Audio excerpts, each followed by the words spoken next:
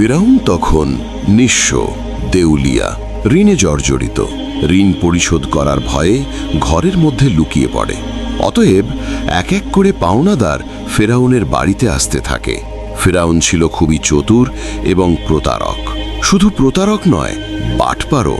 তাই সে ঘরের মধ্যে থাকলেও ঘরের দরজাটা খোলা রাখত, যাতে পাওনাদার বুঝতে পারে বাড়িতে কেউ নেই।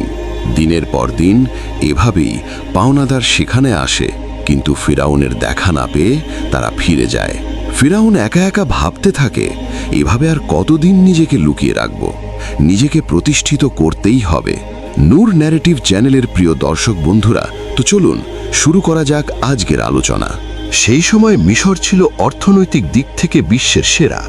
অতপর ফিরাউন পাওনাদারের ভয়ে রাতের গভীর আধারে বলক থেকে মিশরের উদ্দেশ্যে লুকিয়ে লুকিয়ে রওনা হলো। সারা রাত অনেক পথ অতিক্রান্ত করার পর শেষ পর্যন্ত মিশরে পৌঁছালো। কিছু দূর যাওয়ার পর তার বন্ধু হামানের সাথে সাক্ষাৎ হলো। তাকে দেখা মাত্রই হামান জিজ্ঞাসা করল, প্রিয় বন্ধু, তুমি এখানে কেন? তোমার কি অবস্থা? তখন ফিরাউন বলল, বন্ধু হামান, আমি খুবই মুসিবতের মধ্যে আছি। পাওনাদারের ভয়ে লুকিয়ে পালিয়ে এসেছি। আমি একেবারে নিঃস্ব, চারদিকে ঋণে জর্জরিত। এখন আমার কোনো একটা কাজের প্রয়োজন।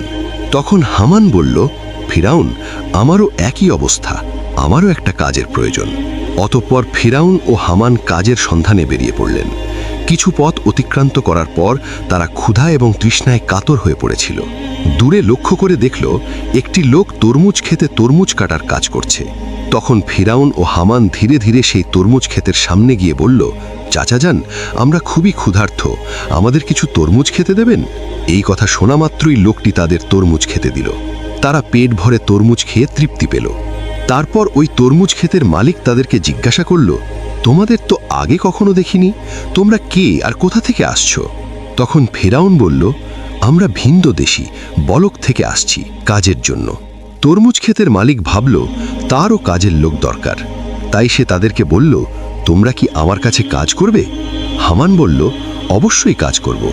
তখন তরমুজ ক্ষেতের মালিক বলল, আমার কাছে কাজ করতে হলে সৎভাবে কাজ করতে হবে, চুরি করা যাবে না। ফিরাউন ছিল প্রতারক, তাই সে চালাকি করে বলল, আমি জীবনে কখনো মিথ্যে বলিনি, আর চুরি তো দূরের কথা। এইভাবে বিভিন্ন চালাকি পন্থা অবলম্বন করে ফিরাউন ও তার বন্ধু হামান তরমুজ ক্ষেতের মালিকের মন জয় করে কাজে নিযুক্ত হলো। পরের দিন থেকে ফিরাউন ও হামান তরমুজ নিয়ে বাজারে যায়। বাজার থেকে তরমুজগুলো বেশি দামে বিক্রি করে মালিকের কাছে বেশি লাভ দেখায়। এভাবেই আরও বেশি মালিকের মন জয় করে নেয়। বেশ কিছুদিন অতিবাহিত হয়ে গেল। একদিন ফিরাউন ওই ক্ষেতের মালিককে বলে, চাচা যান, আপনি তরমুজগুলো পিস হিসাবে আমাকে বিক্রি করুন, তাহলে আপনার আরও বেশি লাভ হবে। ক্ষেতের মালিক তার কথায় রাজি হয়ে গেল। অতঃপর পরের দিন থেকে ফিরাউন তরমুজগুলো আবারও বাজারে বিক্রি করতে নিয়ে গেল। ফিরাউন তরমুজগুলো পিস হিসাবে কিনত, মাঝে মধ্যে কিছু তরমুজ চুরিও করত এবং বাজারে এসে তরমুজগুলো কেটে টুকরো টুকরো করে চড়া দামে বিক্রি করত। এভাবেই চালাকি করে ফিরাউন অনেক টাকা উপার্জন করল। একদিন রাতে ফিরাউন তার বন্ধুকে বলল, হামান, এভাবেই যদি শুধু তরমুজ বিক্রি করি তাহলে জীবনে কিছু করতে পারবো না, আমাদের অন্য কিছু করতে হবে। সেই সময় ঘটে যায় এক চমৎকার ঘটনা। মিশরের বাদশাহ তার সৈন্যবাহিনীর দ্বারা দেশের মধ্যে একটি বিজ্ঞপ্তি জারি করে। সৈন্যবাহিনীরা বিভিন্ন জায়গায় গিয়ে বলে, এতদ দ্বারা জানানো যাইতেছে যে মিশরের কবরস্থানে একটি দারোয়ান প্রয়োজন। যদি কোনো ব্যক্তি এই চাকরি করতে ইচ্ছুক হও তাহলে সে যেন অতি সত্বর মিশরের বাদশার দরবারে যোগাযোগ করে। এই কথা বলে সৈন্যবাহিনীরা সেখান থেকে চলে গেল। এই সমস্ত কথা প্রত্যক্ষ পরোক্ষভাবে শ্রবণ করার পর ফিরাউন তার বন্ধুকে বলল, হামান, চলো আমরা রাজ দরবারে যাই। হামান বলল, আমার মনে হয় এটা সম্ভব হবে না। তখন ফিরাউন বলল, এই কাজ হাতছাড়া করা যাবে না, চলো আমরা একবার চেষ্টা করি। অতঃপর ফিরাউন ও হামান দেরি না করে সাথে সাথে মিশরের রাজ দরবারে হাজির হলো। মিশরের বাদশাহ তাদেরকে জিজ্ঞাসা করল, তোমরা কে আর কি চাও? তখন ফেরাউন করজোরে অনুরোধ করে বলল, আমি মুসাফির, ভিন্ন দেশ থেকে এসেছি, আমি খুবই অভাবী। আমি শুনেছি আপনি কবরস্থানের দারোয়ান নিযুক্ত করবেন, তাই দয়া করে যদি আমাকে এই চাকরিটা দিতেন, আপনার কাছে চিরকৃতজ্ঞ থাকতাম। মিশরের বাদশাহ ফেরাউনকে দেখে মনে মনে ভাবল, তার তো শরীর স্বাস্থ্য ভালো, চেহারাও ভালো, মনে হয় সে পারবে। এইভাবে ফেরাউনকে কবরস্থানের দারোয়ানের চাকরিতে নিযুক্ত করল। পরের দিন থেকে ফেরাউন মিশরের কবরস্থানের দারোয়ানের চাকরিতে নিযুক্ত হল। দিন রাত ফেরাউন কবরস্থানের সামনে দাঁড়িয়ে থাকে, আর পাশে একটি ছোট্ট ঘরে তার বন্ধু হামান ও ফেরাউন একসাথে বসবাস করে। একদিন রাতে কয়েকজন লোক একটি মৃত লাশকে দাফন করতে আসলো, কিন্তু ফেরাউন তাদেরকে বাধা দিল, কবরস্থানে ঢুকতে দিল না। তখন তারা বলল, কি ব্যাপার, আপনি লাশ দাফন করতে বাধা দিচ্ছেন কেন? আসলে ফেরাউন ছিল প্রতারক এবং বাটপার, তাই সে চালাকি করে বলল, আপনারা কি শোনেননি মিশরের বাদশাহ নতুন আইন করেছে, মৃত লাশকে দাফন করতে হলে 1 স্বর্ণমুদ্রা দিতে হবে। এই লোকগুলো ফেরাউনের কথা বিশ্বাস করে নেয় এবং তাকে 1 মুদ্রা দিয়ে লাশ দাফন করে। এভাবেই প্রচার হয়ে যায় যে একটি লাশ দাফন করতে হলে 1 স্বর্ণমুদ্রা দিতে হবে। এভাবেই ফেরাউন প্রতারণা করে অনেক টাকা উপার্জন করে। সেই সময় ঘটে যায় আজব ঘটনা। মিশরে সেই সময় আল্লাহর গজব শুরু হয়। চারিদিকে কলেরা, বসন্ত রোগে প্রচুর মানুষ মারা যেতে থাকে। অতঃপর কিছু লোক মৃত লাশকে দাফন করার জন্য কবরস্থানে আসলো। তখন ফেরাউন আরও চালাকি করে বলল, মিশরের বাদশাহ নতুন আইন করেছেন, যদি কোনো ব্যক্তি কলেরা বা বসন্ত থেকে মারা যায় তাহলে 2 স্বর্ণমুদ্রা দিলেই তাকে এই কবরস্থানে দাফন করতে পারবে। ফেরাউন প্রতারণা করে সবার কাছ থেকে স্বর্ণমুদ্রা নিয়ে অনেক টাকা উপার্জন করল। এভাবেই সেই বছর অতিবাহিত হয়ে গেল। এরপর ফেরাউন তার বন্ধু হামানকে বলল, হামান, এই দেখ 2 বস্তা টাকা উপার্জন করেছি, কিন্তু এগুলো কি আমরা মিশরের বাদশার নিকট নিয়ে যাব? এই কথা শুনে হামান যেন চমকে গেল। সে বলল, ফেরাউন, তোমার কি মাথা খারাপ হয়ে গিয়েছে? যে টাকার জন্য এত কষ্ট করলে, সবার থেকে প্রতারণা করলে, আর শেষ পর্যন্ত কিনা সেই টাকাগুলো বাদশাকে দিয়ে দেবে? ফেরাউন বলল, হামান, ধৈর্য ধরো, আমার বুদ্ধি ক্রমশ প্রকাশ পাবে।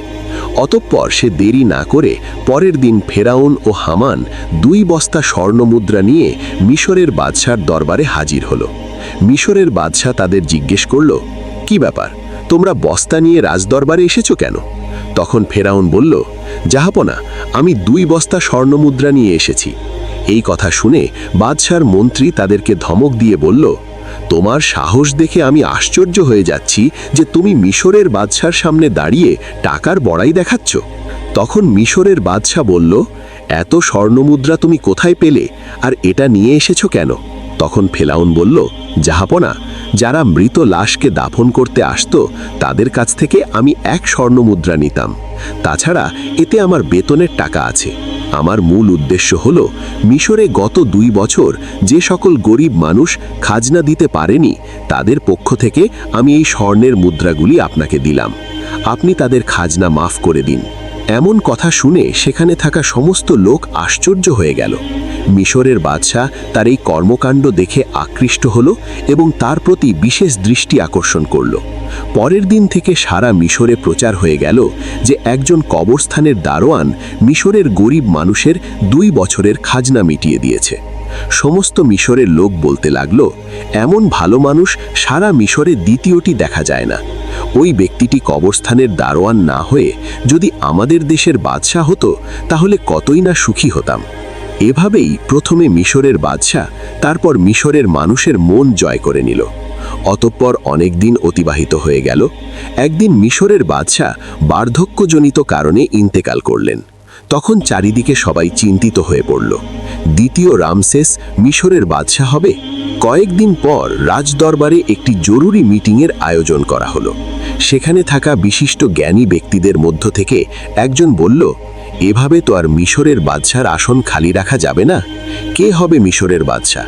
আপনারা সবাই আলোচনা করে বলুন। তখন সেখানে থাকা একজন বলল, হুজুর, আমাদের মনে হয় যে ছেলেটি কবরস্থানের দারোয়ান অর্থাৎ ফেরাউন, তার যেমন স্বাস্থ্য তেমন প্রজ্ঞা, তাছাড়া সে তো খুবই ভালো, জনগণেরও কথা ভাবে, আমাদের মনে হয় তাকে বাদশা করা উচিত। তখন সেই বিশিষ্ট জ্ঞানী ব্যক্তিটি বলল, ঠিক আছে, তবে তাই হোক। সবার অনুমতিতে ফেরাউন হলো মিশরের বাদশা, যে লোকটি একদিন তরমুজ বিক্রি করত, কবরস্থানের দারোয়ান ছিল, ভাগ্যের পরিবর্তনে আজ সে সমগ্র মিশরের বাদশাহ। আসলে ফেরাউন যে কত নিকৃষ্ট মানুষ ছিল তা কারও জানা ছিল না। এদিকে ফেরাউন মিশরের বাদশাহ হবার পরে আবারও বিভিন্ন চালাকি ও প্রতারণা করে তার বন্ধু হামানকে মন্ত্রী বানিয়ে দেয়। একদিন ফেরাউন রাজদরবারে বসেছিল। তিনি হঠাৎ করে ঘোষণা করলেন, সমগ্র মিশরে গত 1 বছরে কোনো মানুষের খাজনা দিতে হবে না। এই সমস্ত খাজনা ফেরাউনের তরফ থেকে মাফ করা হবে। এই খবর পেয়ে সমগ্র মিশরের সাধারণ গরিব মানুষ ভীষণ খুশি হলো। অতঃপর ফেরাউন ও হামান ছাড়া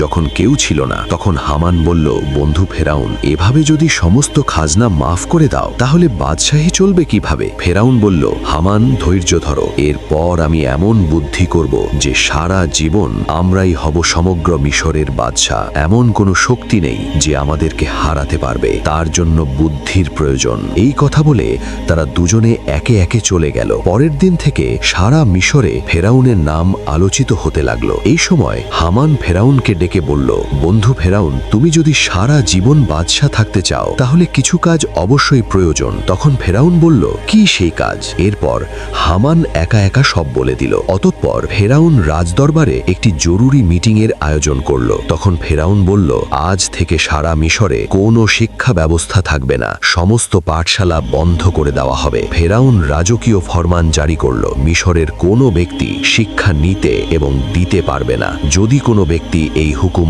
অমান্য করে তাহলে তাকে হত্যা করা হবে। সারা মিশরে যারা ছোট ছোট পাথরের মূর্তি বানিয়ে পূজা করে সেগুলি যেন ভেঙে দিয়ে ফেরাউনের মূর্তি পূজা করে। এইভাবে অল্প দিনের মধ্যে ফেরাউনের কথায় ভীত হয়ে লেখাপড়া বন্ধ করে দেয় এবং সমগ্র মিশরের মানুষ আল্লাহর কথা ভুলে গিয়ে মূর্খ অজ্ঞতা হয়ে পড়ে। মানুষ সম্পূর্ণরূপে চতুষ্পদ জন্তুর মতো হয়ে পড়ল। এরপর ফেরাউন ব্যাপক অহংকারী হয়ে গেল। নিজেকে এত বড় মনে করতে লাগলো যে অহংকারে পরিপূর্ণ হয়ে নিজেকে খোদা দাবি করল।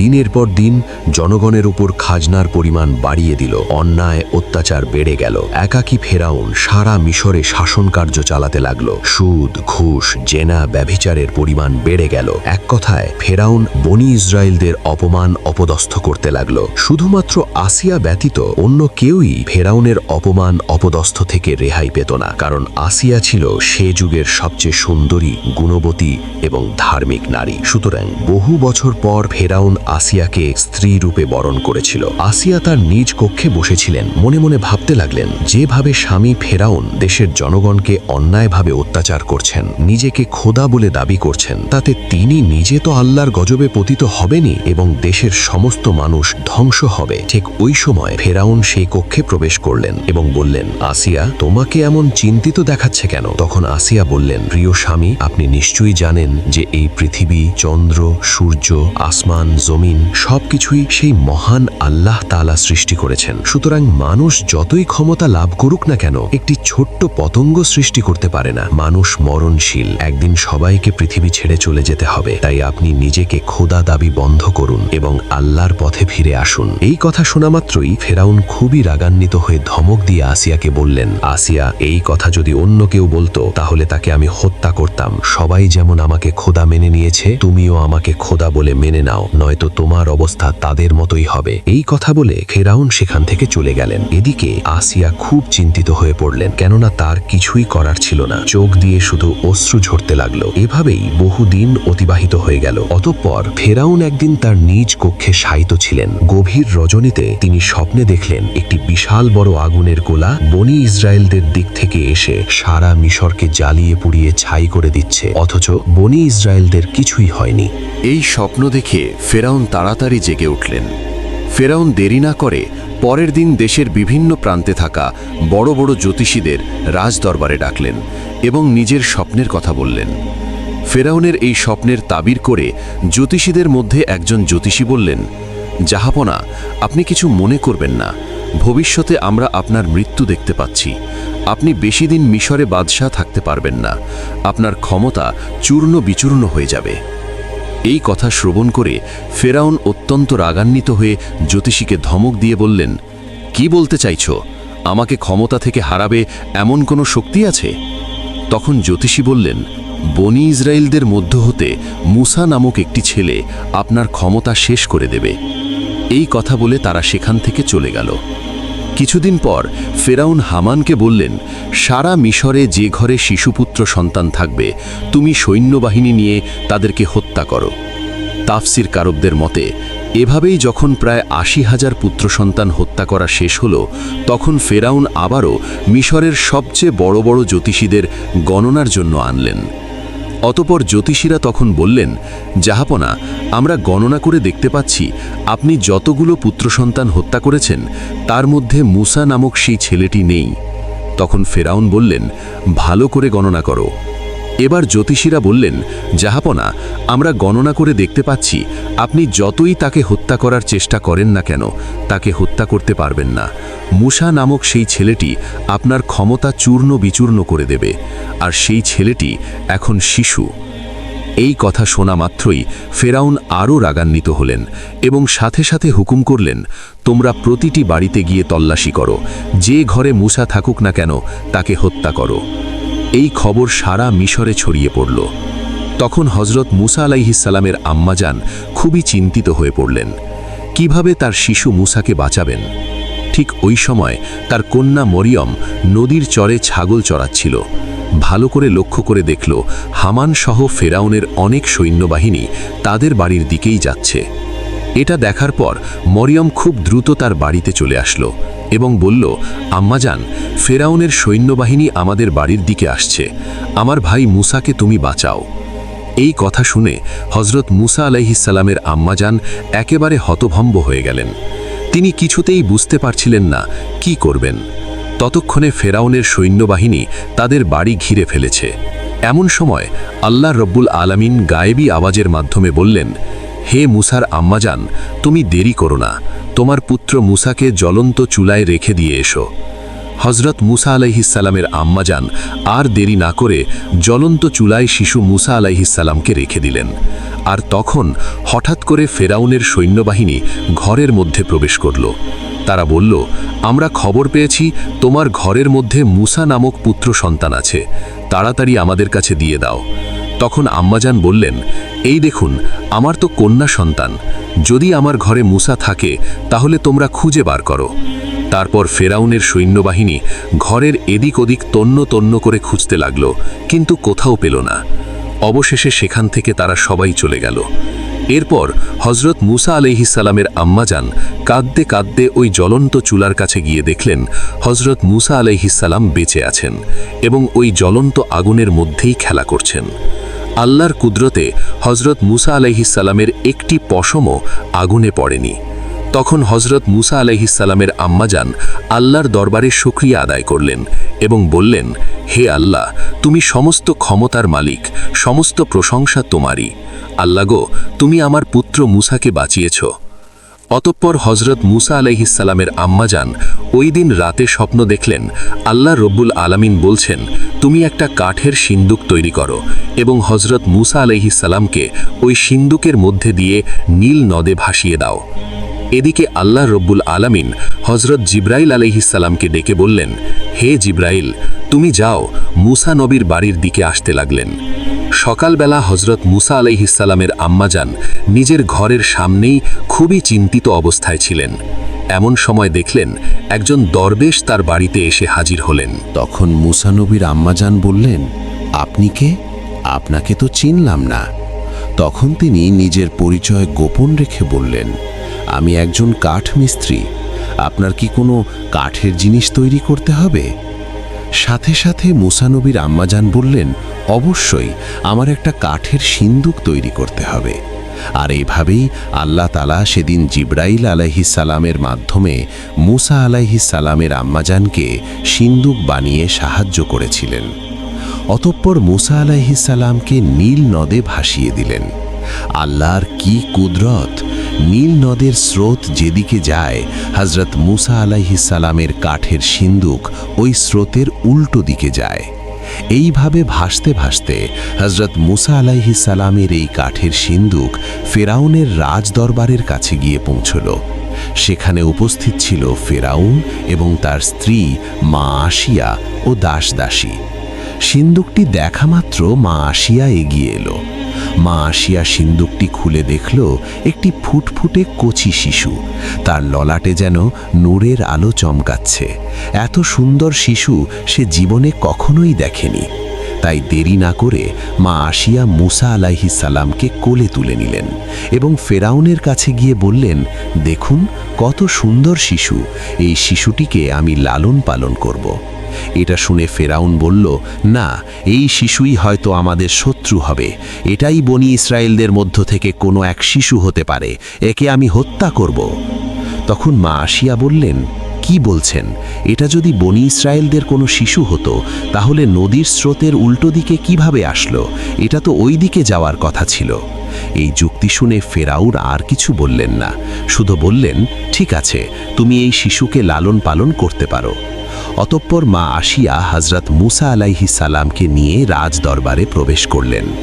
ফেরাউন যখন মুসা আলাইহিস সালামকে কোলে তুলে নিলেন এবং নিজের সন্তান রূপে আদর করার জন্য চুম্বন দিতে যাবেন, এমন সময় হযরত মুসা আলাইহিস সালাম আল্লাহর হুকুমে ওই কচি শিশু হাতে এত জোরে ফেরাউনকে চড় মারলেন যেন রাজদরবার কেঁপে গেল, মনে হলো যেন ভূমিকম্প শুরু হয়ে গেছে।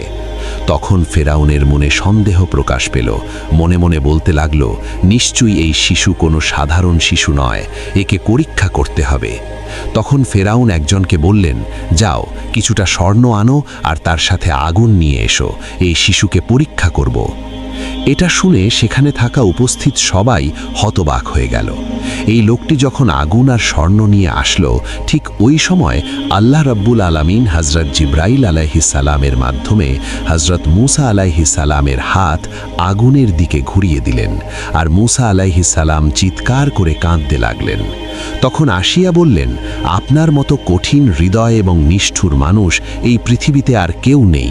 এই কচি শিশু কি আগুন এবং স্বর্ণের কোনো পার্থক্য জানে? অতঃপর ফেরাউনের সন্দেহ মুছে গেল, আর এইভাবে হযরত মুসা আলাইহিস সালাম ফেরাউনের বাড়িতেই বড় হতে লাগলেন। নূর ন্যারেটিভ চ্যানেলের প্রিয় দর্শক বন্ধুরা, আজকের ভিডিও এখানেই শেষ। সবাই ভালো থাকবেন। আল্লাহ হাফেজ।